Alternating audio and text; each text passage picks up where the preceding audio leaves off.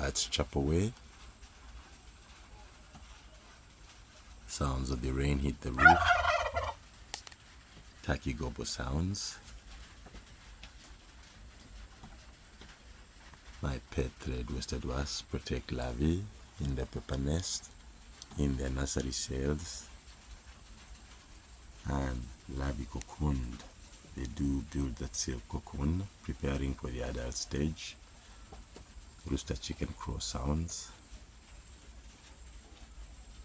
And the cycle goes on. Yes.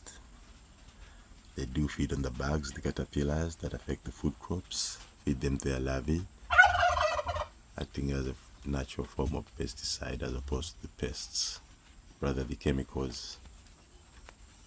Niceness.